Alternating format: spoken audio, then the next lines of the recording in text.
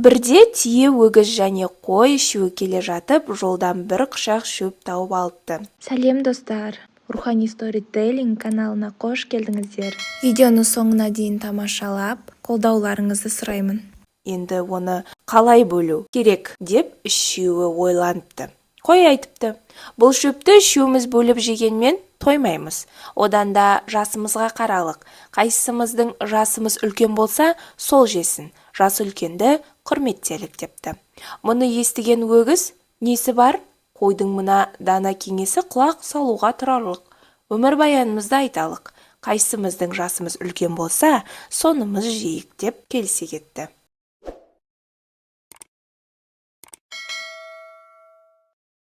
Қой айтыпты, мен Ыбырайым пайғамбардың ортарында жайылып жүрген қой едім. Смағұлды құрбандыққа шалғанда көктен түскен көк қошқармен құрдас едім депті. Өгіз оған, сен Ыбырайымды айтасың, мен олардың басы адам атамен бірге жер жыртқанмын. Менімен жарысу қайда сендерге? Бәріңнен үлкен мен екенмін дейді. Түйе олардың өтірігіне аңғалды ма, жоқ па, кезек-кезек басын иіп, манағы шөпті шайнап жей берді. Іштей, менің денем мыналардан гөрі ірі, бұлардан кіші емес шығармын. Оның үстінде біздің төрешіміз уақыт емес күш қой, деп ойлады. Көп сөйлеме, азбен келтір иінін, бір сөзбен шеш төмен сөздің түйінін.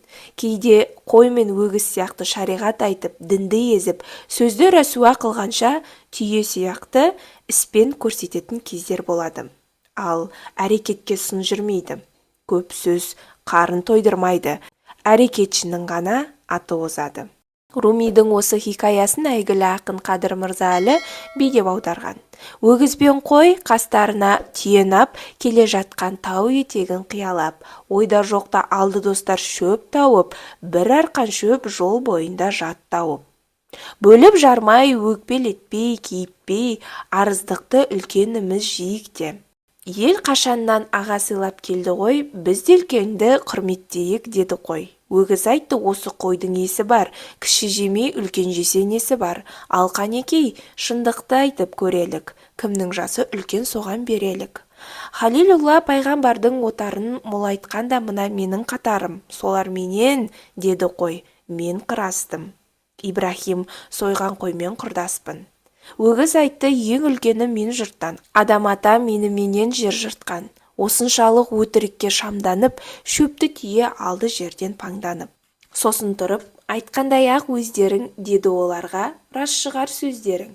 Бірақ мына керней мойын тұрғанда, дәлел іздеп, мені Құдай ұрған ба? Міне достар, қарап мына кескінге, өздеріңнен кіші демес ешкімге. Менің каналыма тіркеліп, қолдауларыңызды сұраймын.